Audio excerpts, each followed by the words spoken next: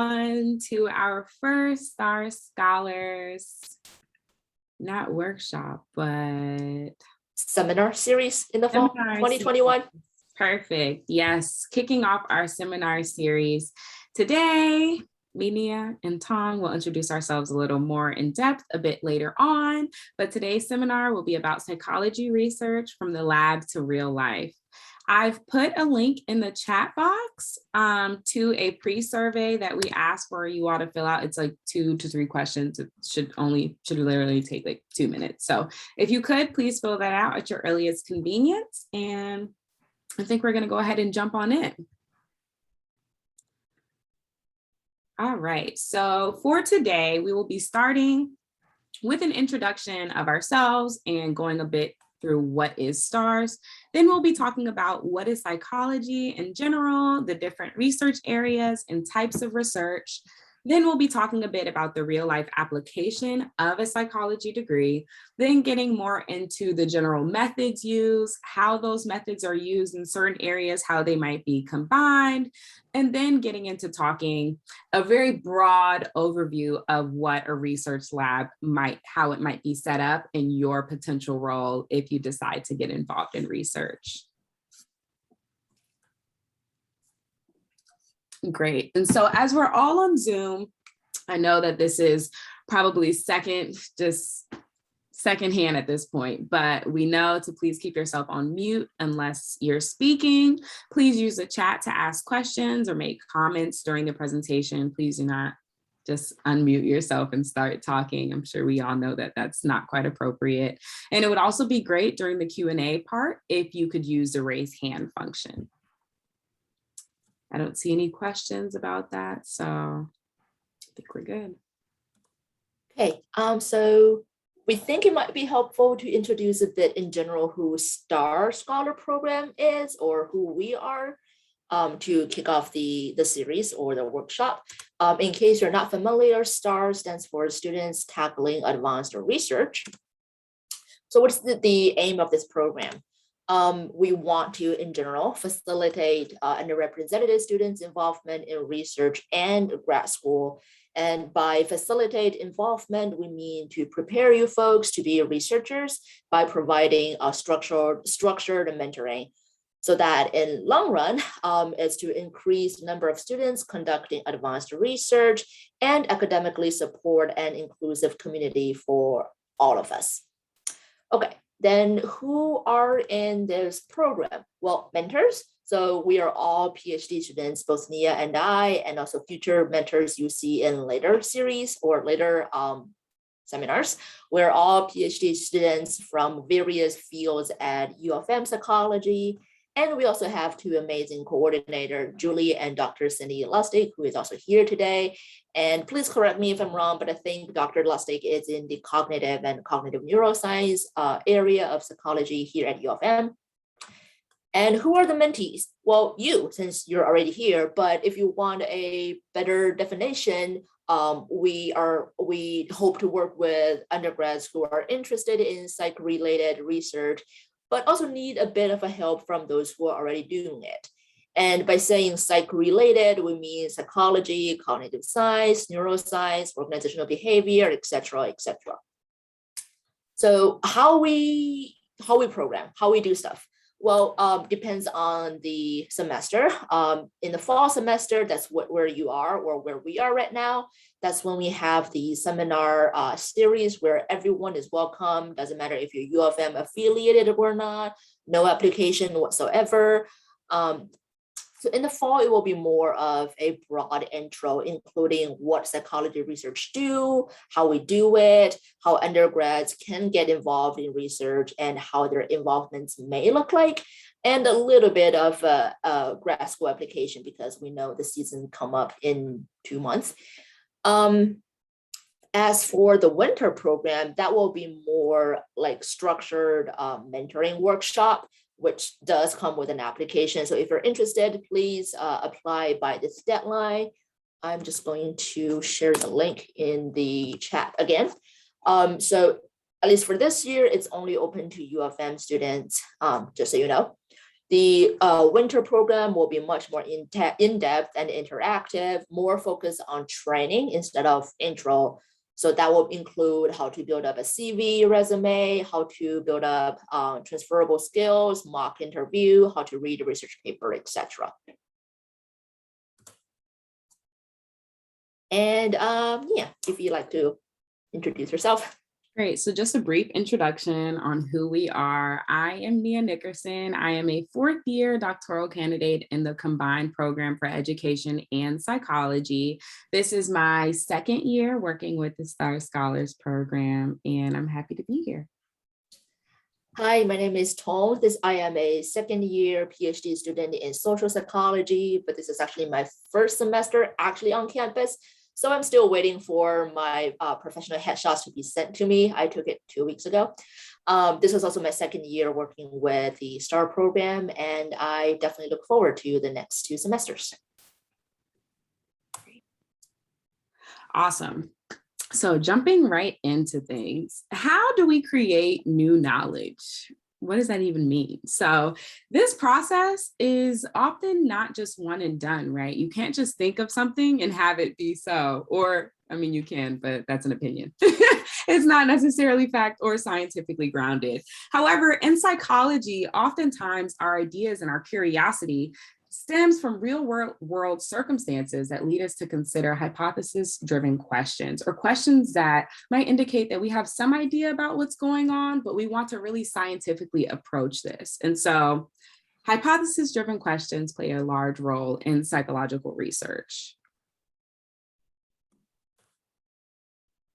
Great. So the way that we scientifically test our ideas may differ. However, based on the level of knowledge previously held on certain topics.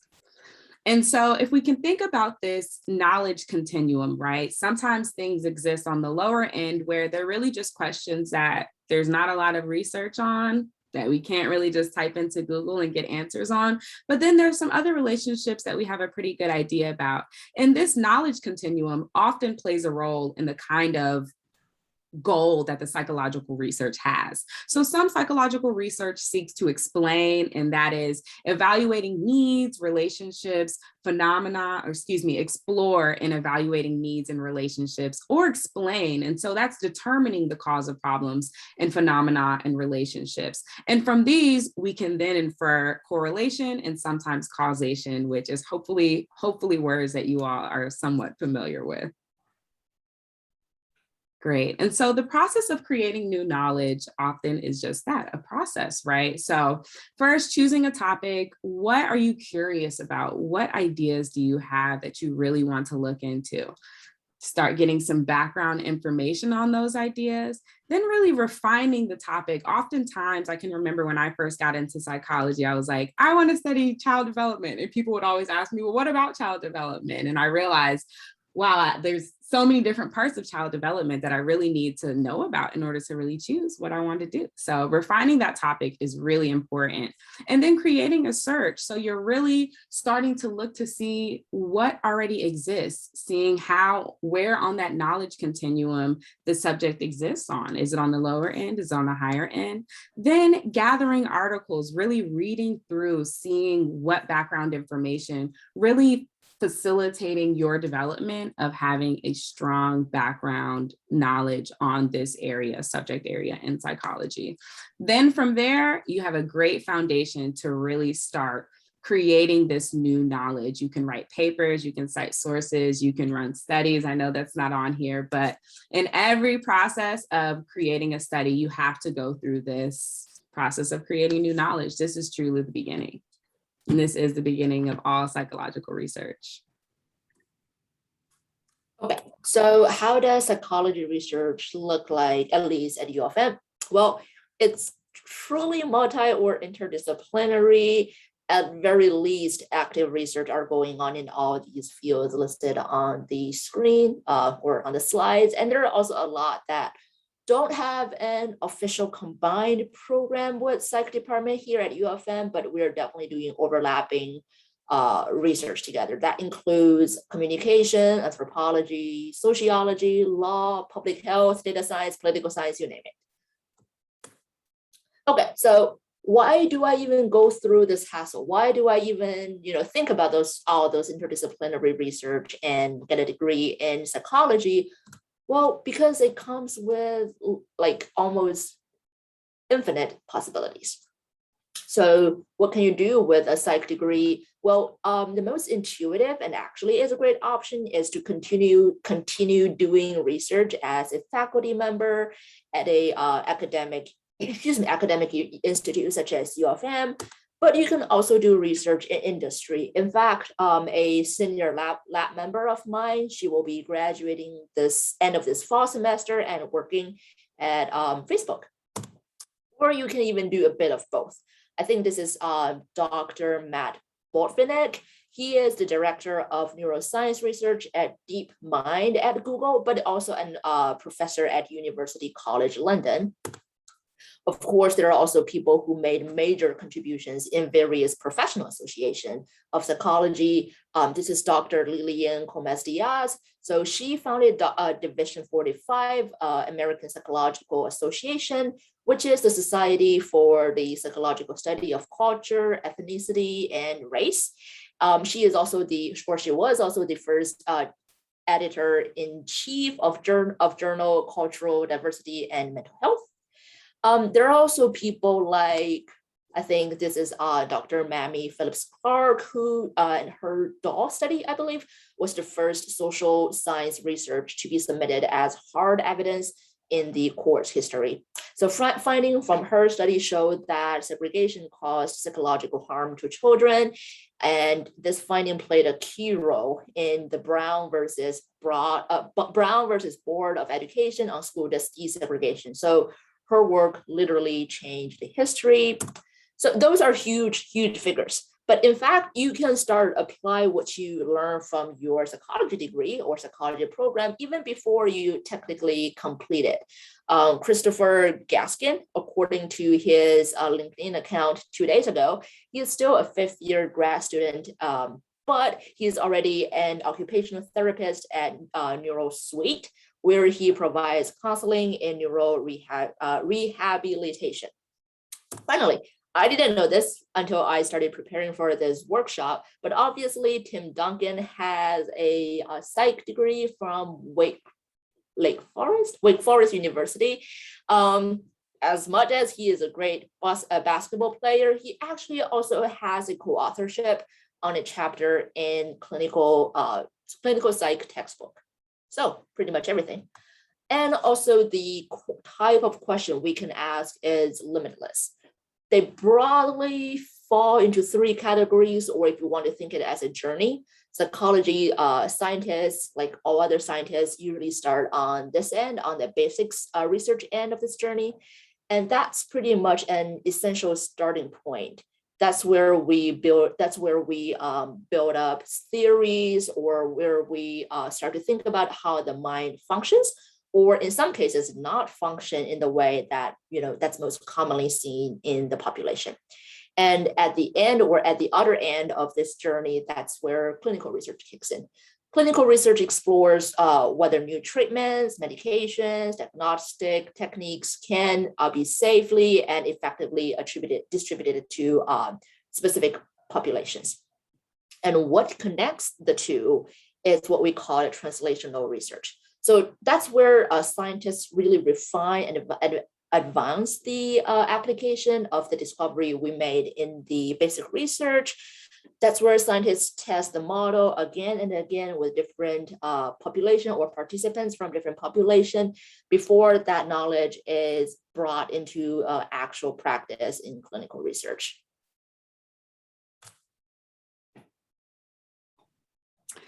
So the way that psychological research can be conducted varies, and clearly there are a lot of things that can be studied within psychology. However, the data that you collect or the methods used can differ across psychology. And I think it's very important that everyone has a very broad and general idea of all of the different types of methods, no matter where your interests may lie. So first we'll start with quantitative research. And there are going to be a lot of words. Don't worry, you don't have to read them all because I'm just going to describe them to you in just regular language. So when you think about quantitative, you can think quant, you can think numbers. This is research that often gives you information about quantities. There are a lot of statistics used when it comes to these methods. These methods are often used to find averages, patterns, make predictions, test causal relationships, and oftentimes generalize to wider populations, and that's quantitative. So you can think numbers.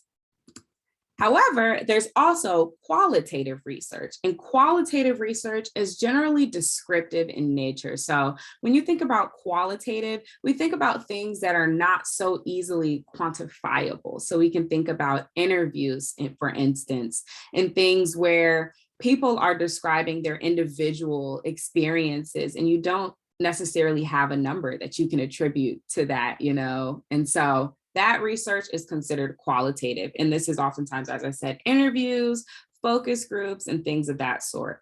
And the data that comes from that is often transcribed, and it's not so numerical. You're not using statistics on that data. So oftentimes the analysis process is a bit different, but qualitative methods are used within psychology. Another type of methods that's used within psychology are physiological methods. And these are, you can broadly think of them as the body. I like to think of them as like brain function. So that's the structure and function of the brain, neuroimaging. But then there's also a lot of work done in clinical on things where they get like saliva samples and look at cortisol, and people look at eye movement and heart rate and all of these other factors that can also give you some information as regards to whatever your psychological question is. So there are a lot of different kinds of research methods used, but broadly, you can think of these three categories. So how do you know what type of method to use in which area or for what topic? How do you know what's best? So it oftentimes depends on your question and depends on the expertise that has been built or that your mentor has in pursuing certain questions. And so there can be many approaches to the same societal issue, right? So if someone's interested in addiction, that can be approached from a biopsychology perspective, a clinical perspective, a personality and social context perspective, where one might consider what personality traits are more related to addictive behavior.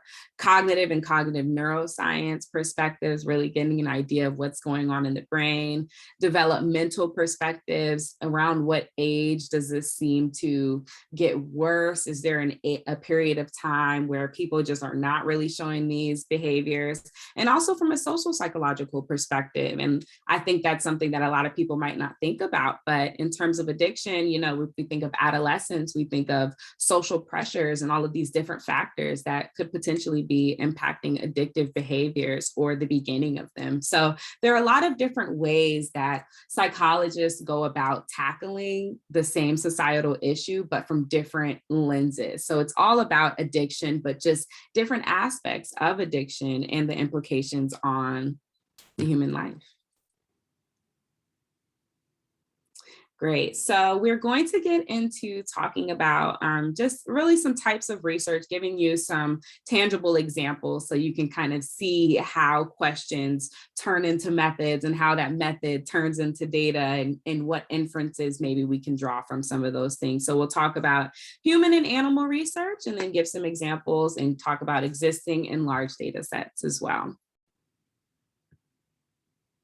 All right. So human and animal research is just that. It's research that is done on human and animals. And this research in psychology, I think oftentimes if you've taken like a Psych 101 course or things like that, we hear about some psychological experiments that didn't go so great. And that's why things like the International Review Board exists. So there are a lot of standards out there and checks and balances to make sure that this research that's being done is ethical, that no one is getting hurt. There's research that sometimes cannot be done on humans for ethical reasons. However, sometimes it can be done on mice because there's an abundance of them. And so There is a lot of research done in psychology that might not directly be on humans, but there's still information that can be gathered from doing it on animals. There's also information to be gained about animal behavior as well. All right, so this is just an example of, it's actually some of my work, just a very small portion of my work, but I thought it was a great way to show you all how multiple research methods can be integrated within psychology and used together to tackle an issue. So the primary question that we consider, or I considered for this part of my research, is how do bilingual children develop language and literacy in more than one language? And so through this method, we utilize neuroimaging and asking, how does the brain support first language development? How does it support second language development? And also considering these other factors. So through this, we got some physiological data through the neuroimaging, but also we wonder, how do parents influence this bilingual language development? In this method, we use some qualitative methods. So we did some interviews. And even in addition to that, we also collected some measures where we just did some face-to-face tests with kids. So we had some qualitative data, quantitative data, and physiological data, all around the same topic of how are bilingual children developing language and literacy in both languages. We gained information about the brain, about how parents are supporting this development, and also about their standardized performance on measures in English and in Spanish. So Nia, I'm going to interrupt you for just a second. I don't know if you need to change your share screen settings, because I have a big U and a small slide. And I don't know if that's just me. Oh. Tong, are you seeing the same thing? No, I have my small bar. Okay. Okay, so maybe it's just me then, sorry. No worries. No worries at all. So in conclusion, as I was saying, the last thing that we considered was how cultural orientation might influence bilingual language and brain development. And this question really just holistically wraps up all of the things that we were interested in tackling. So as I've mentioned, psychological research can vary, methodologies can vary, but methodologies can also sometimes be combined even in one lab setting. I'm in a combined program for education and psychology, and I do developmental work. So really my work just spans across a lot of different areas of psychology, but this is just a good example of human research that has real life applications, but also spans across psychology. And from that, I didn't mention it, but it's here on the slide, so I'll just touch. We got information from literacy tests, which was the quantitative, parent interviews, which was the qualitative, and brain data, physiological data, which is our neuroimaging. And I think we're actually at a place for a short break. Tom, I think that's right. Or what do you feel like? I can also just wrap up the research method for big data and then we can break. I mean, we could power through. I'm not opposed to powering through. How do students feel? Yeah, I was gonna ask. No one has to turn their camera on, but you can like type in the chat. Yeah, because we just started for less than 30 minutes. A break, is a thumbs up to a break or to power through? Let's thumbs up for power through. Okay, I'm seeing some for power through. Okay, we'll just power through. I know Zoom fatigue is real. Okay. Yes. So what Nia just introduced you folks to is one form of, or many forms of research, but they do have one common feature is that the researchers have to actively collect data. So what I'm going to tell you is quote unquote easier because you don't need to collect your own data because living in 21st century, that means data are out there staring at us. What do I mean? I'm going to give you a few examples where you can just extract or access huge scale of data. So first, Icpsr, I think it stands for Inter-University Consortium for Political and Social Research. If you are U of M students, you are definitely directly, so U of M is affiliated with this program, and you have free access to their data. If you're not from UFM, check if your university is affiliated.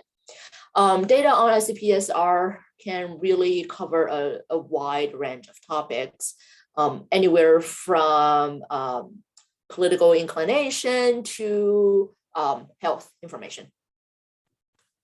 If you want to look at even like on a really global scale, Gallup, they also have data available. And last time I checked, the data itself, it's 6 GB. The only caveat is that they do charge. But again, if you're UFM affiliated, the library has purchased a license or an access to their data, to their whole data set until next May or June. World Value Survey, this time this is free, though it doesn't touch as huge as a scope as Gallup does, but it does have a lot of questions regarding your values, your morality, your different kind of inclinations. So if that's something you think you will be or you're interested in working with, World Value Survey is also a huge resource. The postdoc at our lab has been working with the World Value Survey for years, and he still has many more new perspectives to look at them. So it's a treasure. Or if you are, so all the three we just talked about, or I just talked about, are more on the existing data end. But if you're interested like in actively scraping data from the web instead of, like asking people to fill out a survey for you, then, well, we can start with the Google Trend. You can see what are the hot keywords, how does the timeline look? And you can actually still do not exactly quantitative analysis, but at least you can work with textual data from web-based sources, such as, I think Nexus Uni, that's where you can extract a news report for sure, and also to some extent legal cases. But again, like your access may depend on your university license. And again, as UFM students, you do have free access to it. Finally, social media, that's where people have been, working on for a decade or even maybe a little bit more. I have Twitter here because I know Twitter definitely has an active API where they allow researchers to scrape, individual tweet and to some extent user information. I think Facebook has closed their access to, researchers at least, but also if you're interested in like longer post, I think Quora and Reddit are still open to researchers. Okay, so what are the strengths of using or working with existing or web-based data? There are many of them.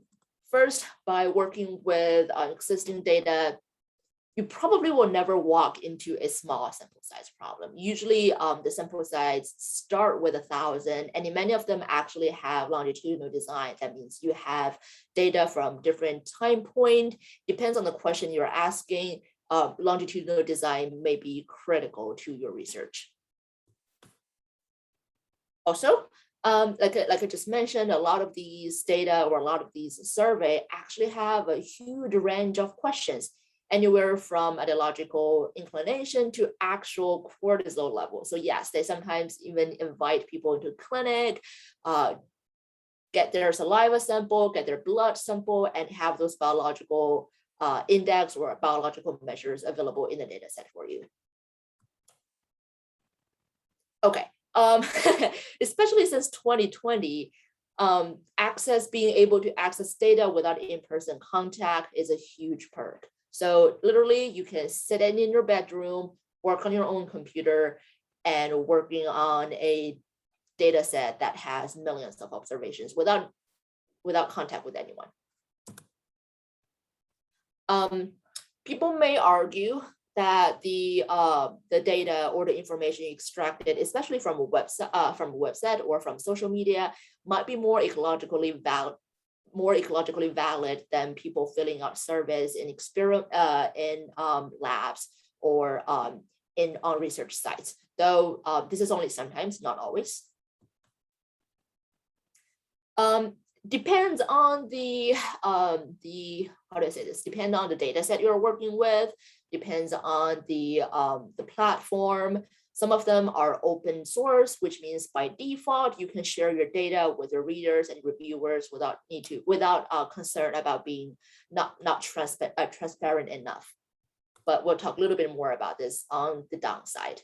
And please, yeah, so with proper exploratory analysis, and please pay attention to that. But if you actually, be transparent in your analyses, be thoughtful about it, actually working with huge data can help you build up your theory.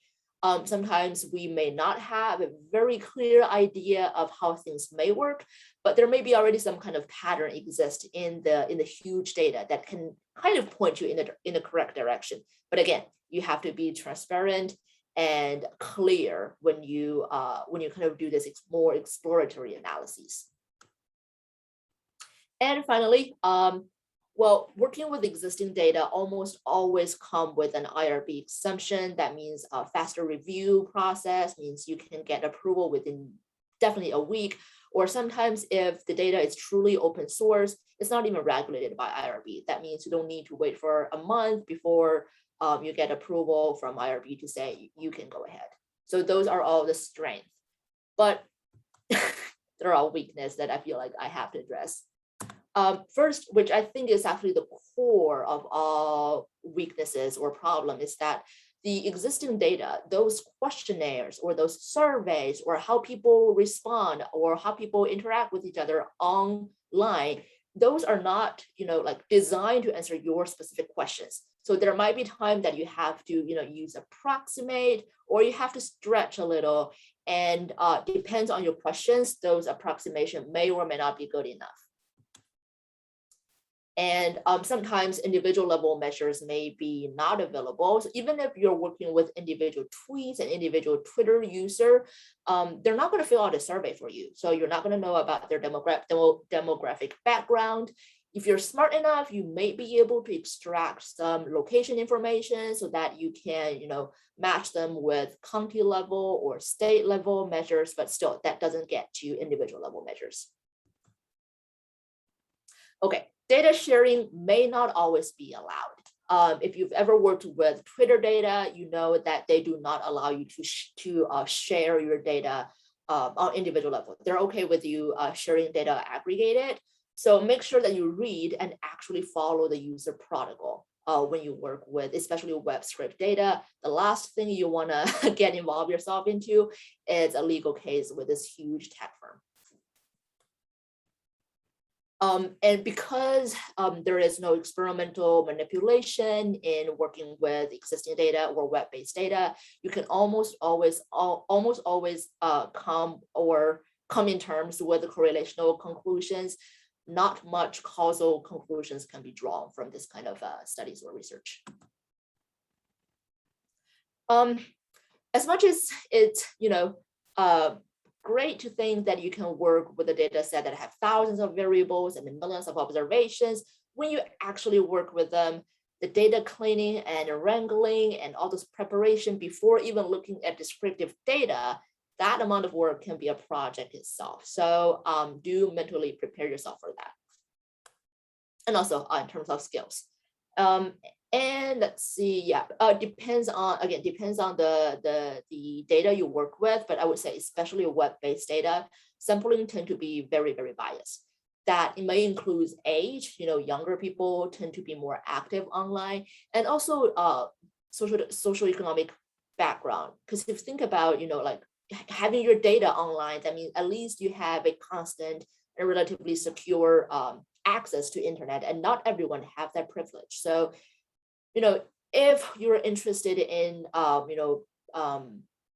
questions that will vary, or if you're interested in patterns that will vary as a function of demographic or socioeconomic background, then web-based data may only give you a slice of a population that you're actually interested in. Okay, finally, this is not a problem of existing data. It's more of a problem of the researcher, but existing data can put you on a really slippery slope. What do I mean? So now imagine that you're, again, looking at a data set of 1,000 variables, 1 million observations.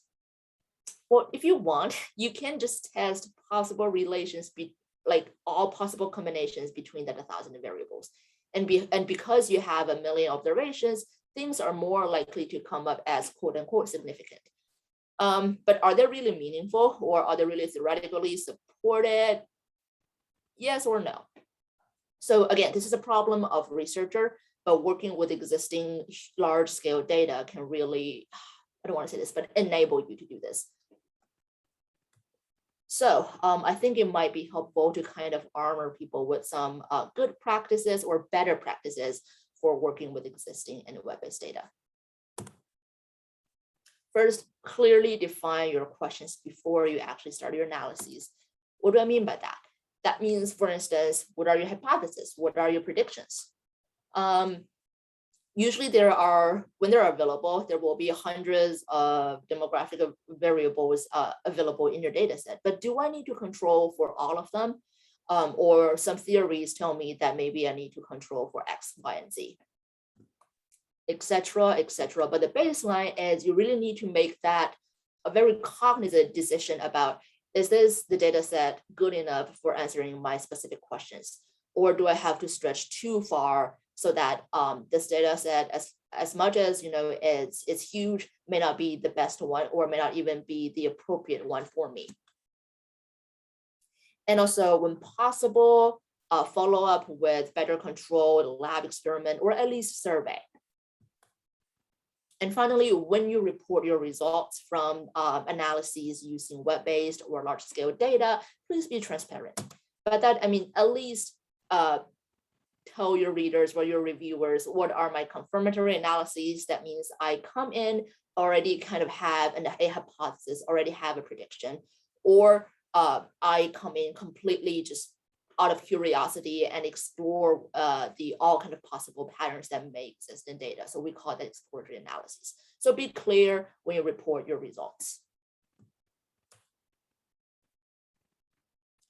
Great. So now jumping into research labs and potential involvement, just double checking. No one feels like they need a break. I'm not opposed to offering a 5-minute one. Okay, we're going to push on through. Great. So research labs and your potential involvement.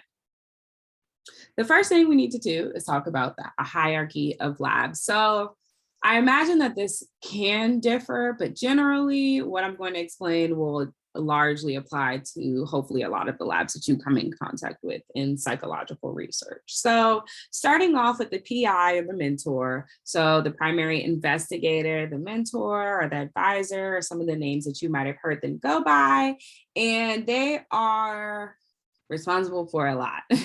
They are usually the one with the grant that has the money to make sure things are happening. This is usually their brainchild largely, so they're producing the broad ideas of the research question. They're a mentor, they're a teacher, that's the PI. Then from there, we'll have postdoc students, and we'll also have some graduate students. So the role of the postdoc student and the graduate student, they help in designing studies, running studies, collecting and analyzing data, writing papers, presenting the data and the study findings at conferences, training undergrads and mentees, which is for some people can be super important. Mentor training might also be done by lab managers, but I'll talk a bit about that after talking about undergrad students. So usually underneath graduate students and postdoc students, there will be undergraduate students. Sometimes you can think of this image as combined, like you might be doing helping the postdoc with something while also helping a graduate student on their work. So it's not necessarily as clear cut as having some for the postdoc and some for the graduate student, but this can also change depending on the lab. So generally you'll have your PI, postdoc, grad student, then you'll have your undergrad students. Undergrad students tasks will vary from lab to lab, depending on the topic, also depending on the amount of experience that you may have had in said lab or area, the number of years that you might have worked there. I know in my lab, for instance, our lab undergraduate students, our undergrad research assistants who have been there for longer than a year, are entrusted to do certain things that people who just joined might not be. Last but not least, definitely not least, usually the glue that holds labs together are the lab managers. Lab managers, really, I like to think of them as just super human. They do so much. They really do so much. So they support the PI in honestly organizing things so that the PI doesn't have to deal with certain little nuances of the lab, but they also help with larger things, larger organizational things. So money management, sometimes if participants have to get paid, oftentimes lab managers will be the one really facilitating behind the scenes. So these are really the key components of research labs. As I've said, this may differ a bit based on labs, but generally it's this hierarchy within the lab. And this is just a really lovely example. Crystal actually has graduated. That's who you see here in the floral print bodysuit, but my lab doesn't have a pretty picture like this on our website right now. So this is just a real life example of Crystal, her advisor, mentor, also her in another lab. And then here you can see her undergrads and everyone looks so happy. I like to imagine this is how my lab would look in the photograph, just smiling, looking happy. But yeah, sometimes labs can be big spaces, bigger size, some are smaller size. I know my lab is a lot bigger than this one that we're seeing here, but just wanted to give you an example of what it looks like. We're not necessarily all in white coats. I don't know if anyone thinks that, but labs can look different and they're definitely enjoyable. Great. So just getting into a bit about what your role may be in certain psychology labs. So if you're working with human research or human subjects, that really should say research assistants for human subjects differ. One, so that needs to be touched on. The population that you're working on really will determine sometimes a lot of the trainings that you need to go through, experience that might be preferred. So if you're working with children, I work with children, I typically prefer people who have experience with children because we have to do face-to-face testing with children. And sometimes getting the attention of a 5-year-old requires a certain type of expertise. If you're working with adults, you also oftentimes have to go through training. There are actually required trainings for doing any type of human research that everyone has to do, but then sometimes it gets specified based on the type of research that you're doing. So you'll be helping with some lab experiments and setups sometimes. And for those, that's what the training will be necessary for. If you're doing neuroimaging data collection, then you'll definitely thoroughly also be trained on that before you're able to really help with setting up the experiment and running that part of the experiment. Oftentimes, you'll also help with recruitment and working with participants, coding things, transcribing, if there were interviews, scoring, if you've done some face-to-face type of tests with a participant or a subject, then oftentimes you'll need to go through and score it. You'll also help with data entry and analysis. Sometimes, ideally, I like to think that it's such a valuable part of the undergraduate research experience. So also, you'll do some literature reviews, hopefully gaining some background knowledge and doing some data interpretation. Now, although I do not work with animals, well, humans technically are animals, but I don't work with like mice and stuff. But here are some of the tasks that you might be assigned to, some duties that you might be responsible for if you're working with animals. So animal handling, probably can't be super squeamish in the space. Animal surgeries and post-operative care, behavioral tests with the animals. I know it's like the mice running through like little mazes and stuff, doing some tissue collection, brain sectioning, video scoring and processing, imaging, cell counting, and the most interesting one, I think that should be added to all of these, sacrifice. Being an undergraduate research assistant does require some work. And I think the amount of sacrifice definitely changes. It can vary depending on whether you're working with human subjects, whether you're working with animal subjects that need to be cared for every few hours, no matter what the weather is like outside. I have a friend who works with mice and he literally was in the lab all of COVID going to check on his animals. I actually just wasn't able to test kids. So the level of sacrifice can differ, but these are just some of the tasks and duties that you might be responsible for if you're working with humans or animals.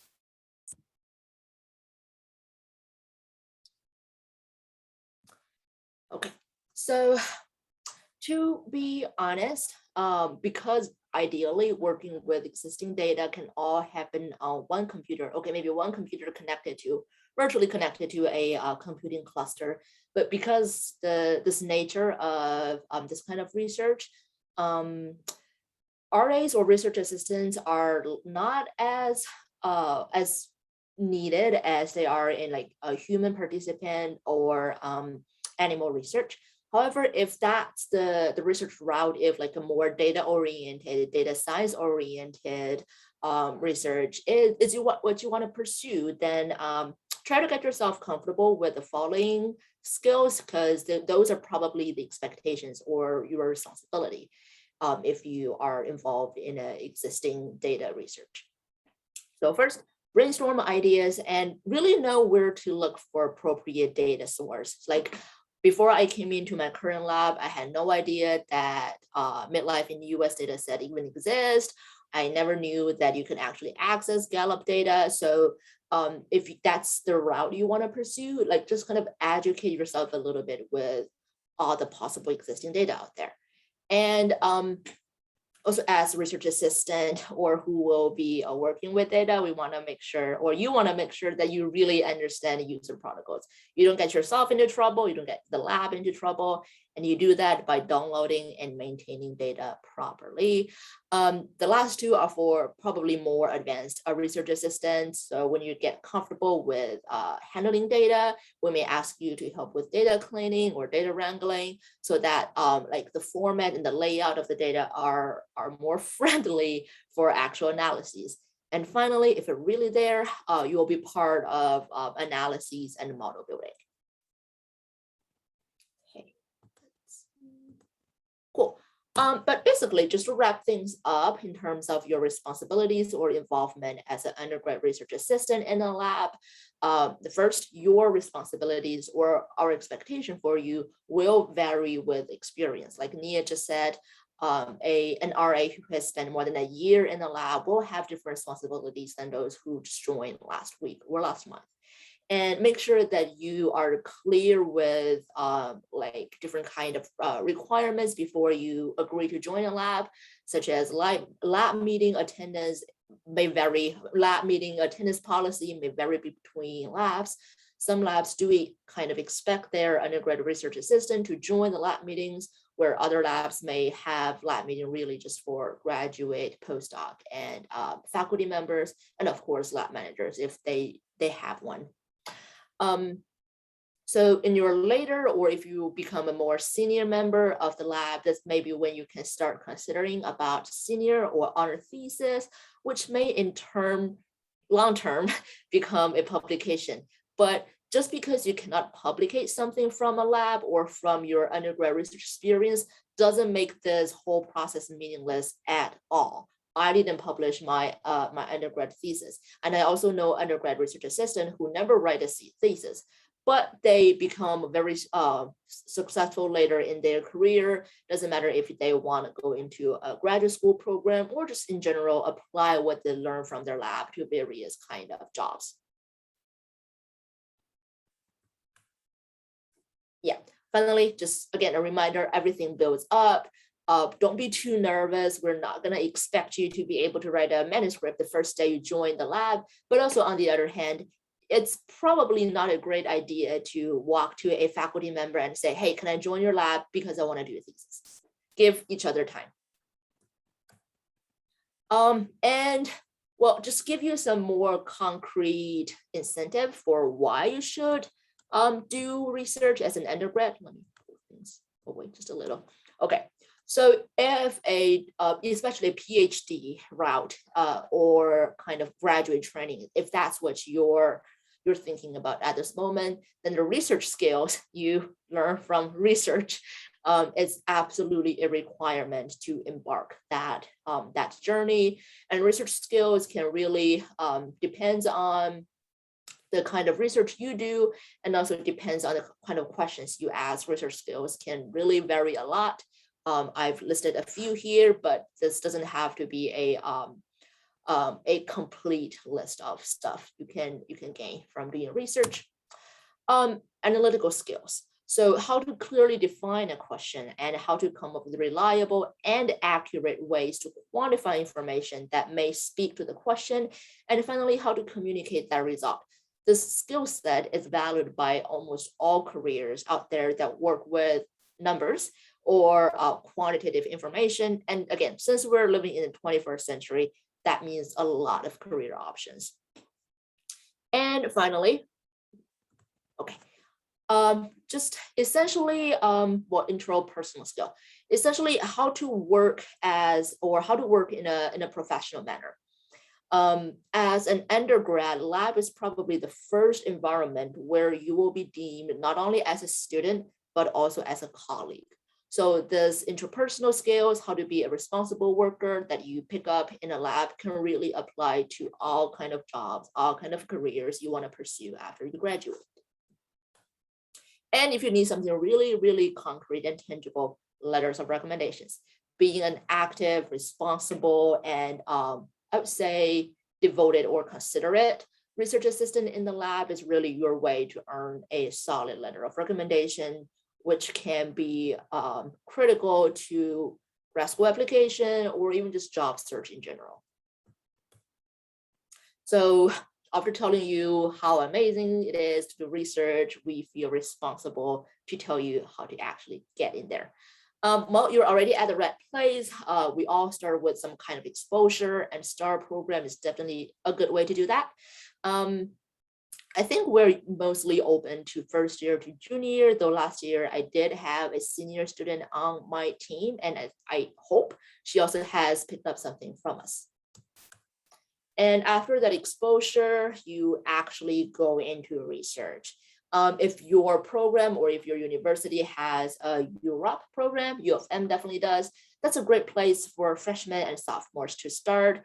Europe usually doesn't expect you to have a lot of background or training. So it's kind of a kickoff program for those of us, or for those of you who want to start early.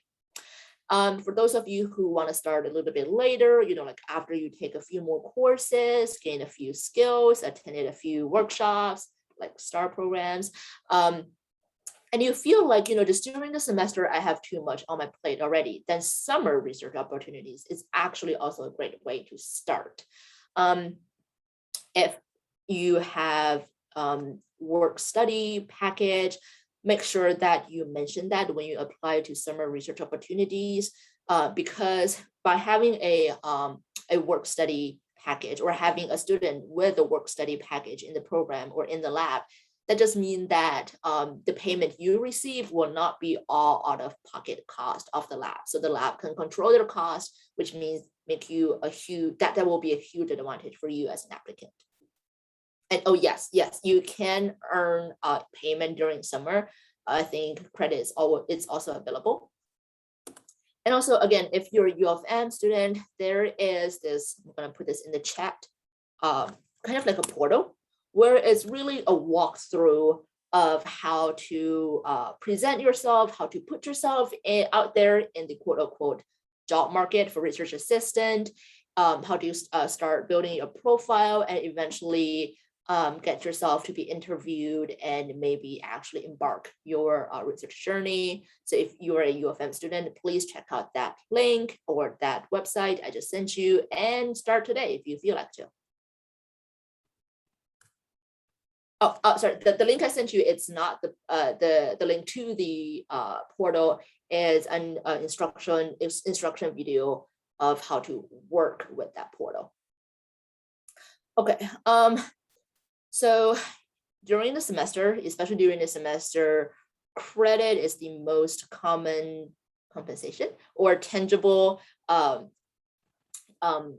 tangible reward you can have from doing research. And I'm just using U of M as an example here because that's the institute where I am at. And by the way, I didn't come to U of M for my undergrad, so I just checked out all this regulation with the SA office yesterday.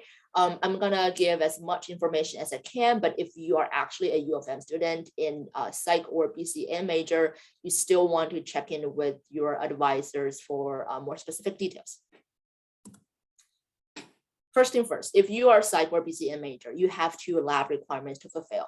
One of them have to be method, and the other of them can be method or what they call experiential. There may be more limitation comes to BCN, but if you are working in a research lab, that can definitely fulfill for both psychology and BCN. And research or independent study courses, you may have like 7 or 8 options for that at U of M, but I think in general, 200 level doesn't come with credit. The only exception is that Europe we just talked about, which I believe is course number 226, and you have to do that with a psych faculty. So those are some background information, and I'm just going to kind of explain or introduce you to 2 most common courses undergrad research assistants take during fall and winter semester for credits. First one is Psych 326. For that, you can choose your credits to be anywhere between 1 to 4 credits, and usually 1 credit is equivalent of 3 working hours per week. And again, do communicate with the lab before you agree to join them, because like if lab meeting or individual meeting with your grad students or training, do those kind of work count towards that working hours requirement or not? That can vary between labs. There is not a one format of kind of a grading system for Psych 326, but usually it's either a term paper or a presentation at the lab meeting. Again, communicate with the PI of the lab or the manager of the lab to see what is the expectation and how you can fulfill that. Oops, sorry. So Psych 326 can definitely count as that second if you want to do it as experiential lab requirement of your major. If you take appropriate number of credits, I believe that's 3 for psychology, at least 3 for psychology, and probably at least 2 for BCN. The other one is Psych 331. That's a 4 credit course by itself, so you don't get to choose. And it's much more of a method lab. So it fulfilled the first method lab requirement of your major.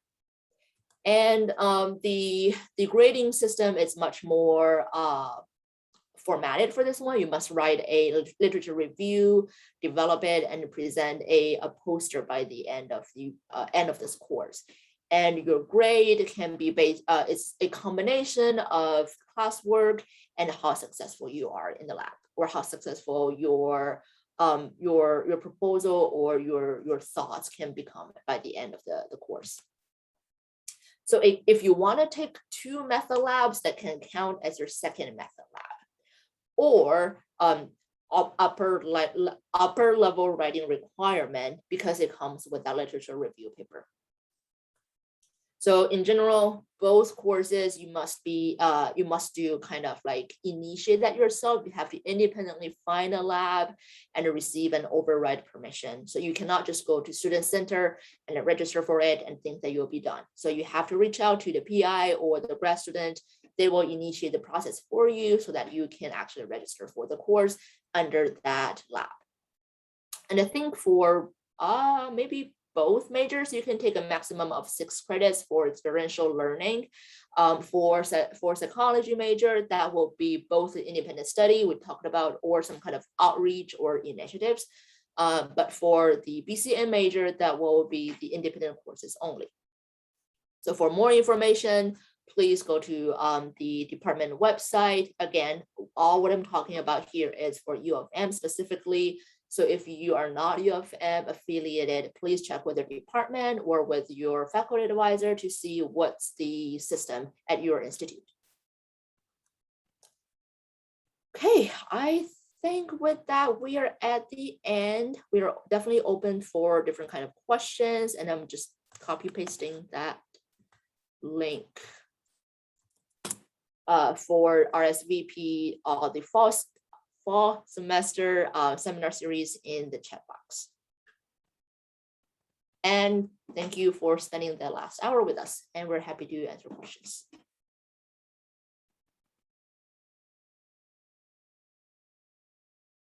You can use the raise hand function, or you can put it in the chat.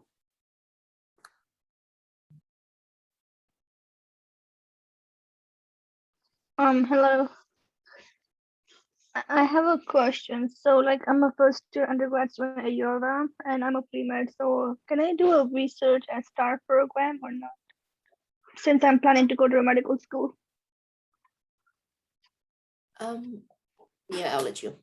Great. So I saw your question in the chat. So it all really depends on your major, your interests. But however, I'm a little confused when you say research through the STARS program. So we don't have a direct way to get you involved in research, but rather we give you the tools to kind of navigate getting involved yourself. Does that answer your question? Yeah, so then how is like STAR different than Europe? Oh, So I think Europe you, is a more hands-on program. So if you are ready to apply and sort of know what you want to do, then you would go in through Europe. So STAR is for folks who are kind of still exploring their area of research or who are kind of new to this process and saying like, oh my God, how do I even write to a professor or talk to them? How do I put together my CV or resume to make it really look impressive? So basically we're sort of preparing people for the research process.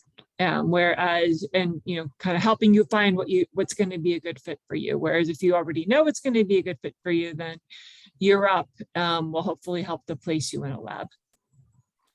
Oh, that makes sense. Thank you. I think someone just raised their hand. Jiahao, please. Hi, advisor, and I'm a junior student in psychology major, and is it too late to apply for psychology research in this semester? I think they really vary between labs. I don't think like there is a solid deadline, but if you want to register for credits, I think the deadline to add it without paying any kind of fee was September the 13th. But again, a lot of labs, especially if this is the first time you work at a lab, a lot of labs don't mind you start more like a volunteer so that you're not registering under any courses, you're not earning credits per se, but that do vary between labs. So you can send out code emails to check if that helps. Yeah, I'm a transfer student and I have applied for several labs, but I get no response right now. Yeah, I don't know what the labs needs for the application. So my suggestion would be is, so a lot of labs are full because especially since people are trying to catch up from last year. I know that I'm getting like 6 emails a day asking for a research position, so it is kind of tough at the moment.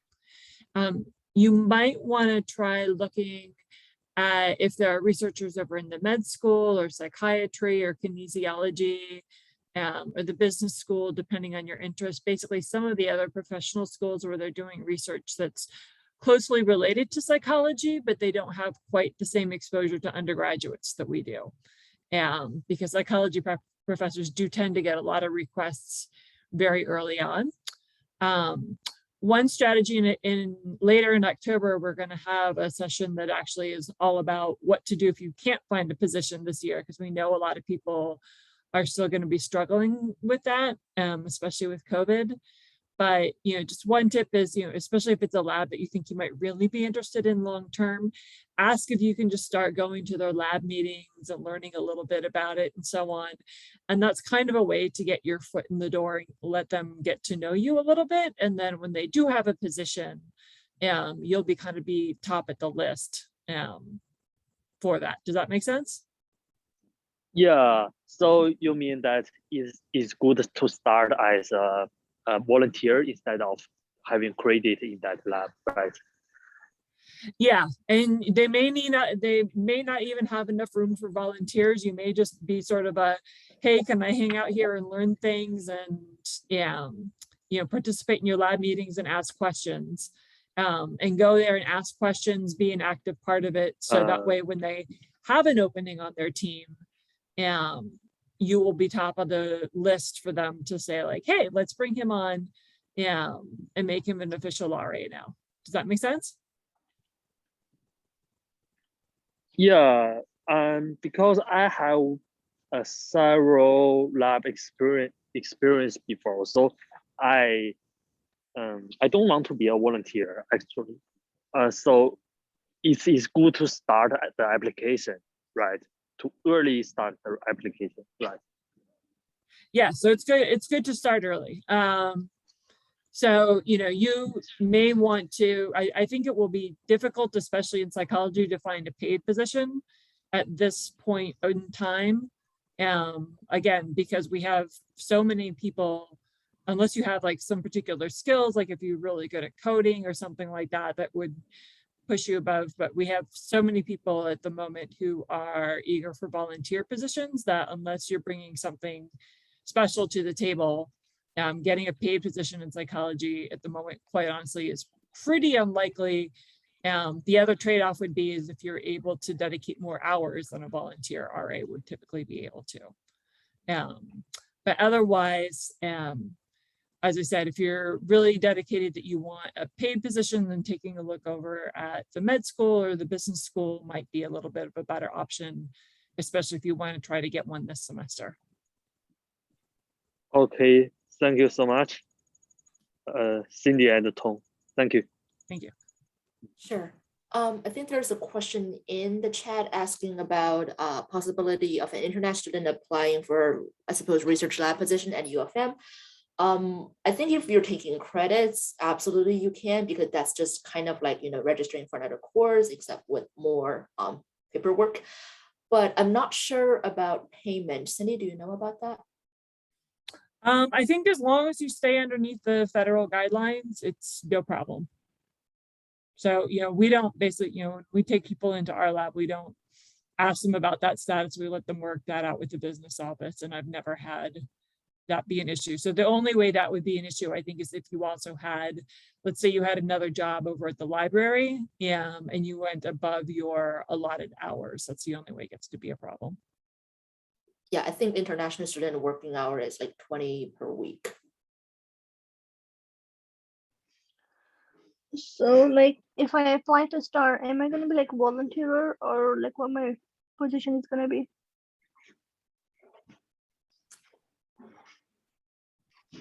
So that will depend on the individual lab. Would this be your very first research experience? Yeah, I have never done research before.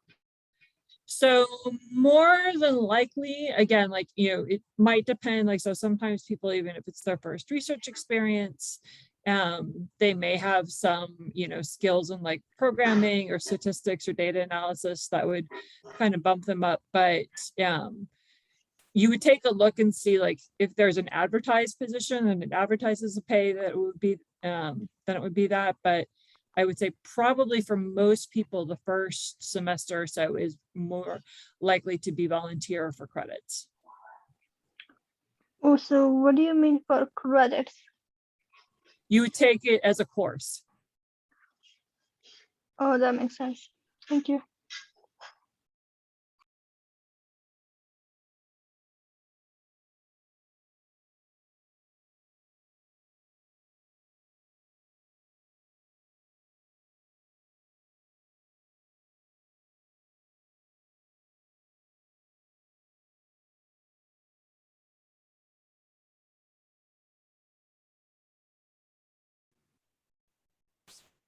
Do we have any more questions? I know this is also the first seminar, so questions might build.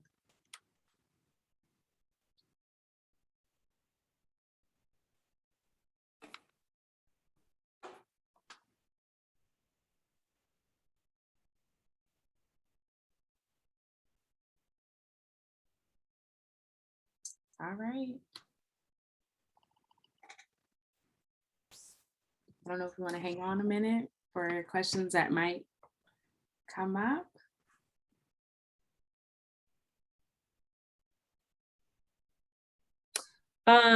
So Petipo, I see your question about reviewing application documents for grad school admission. So what I would encourage you to do, I think our next session actually on the 22nd is all about applying for graduate school. So definitely come to that one, and let's talk some more after that.